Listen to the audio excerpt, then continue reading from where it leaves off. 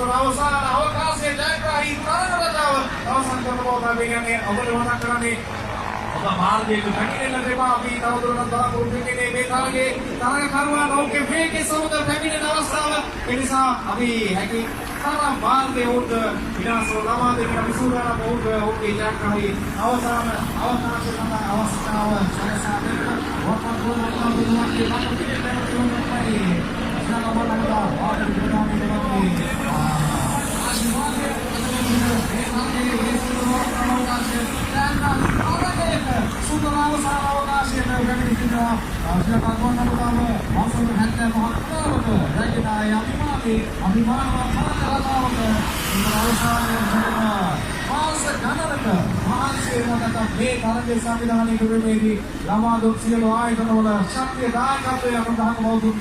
Sakti Sanggidana Sakti Samake Kabuli Abdulsiri Abi Devendra Mohammed Sawari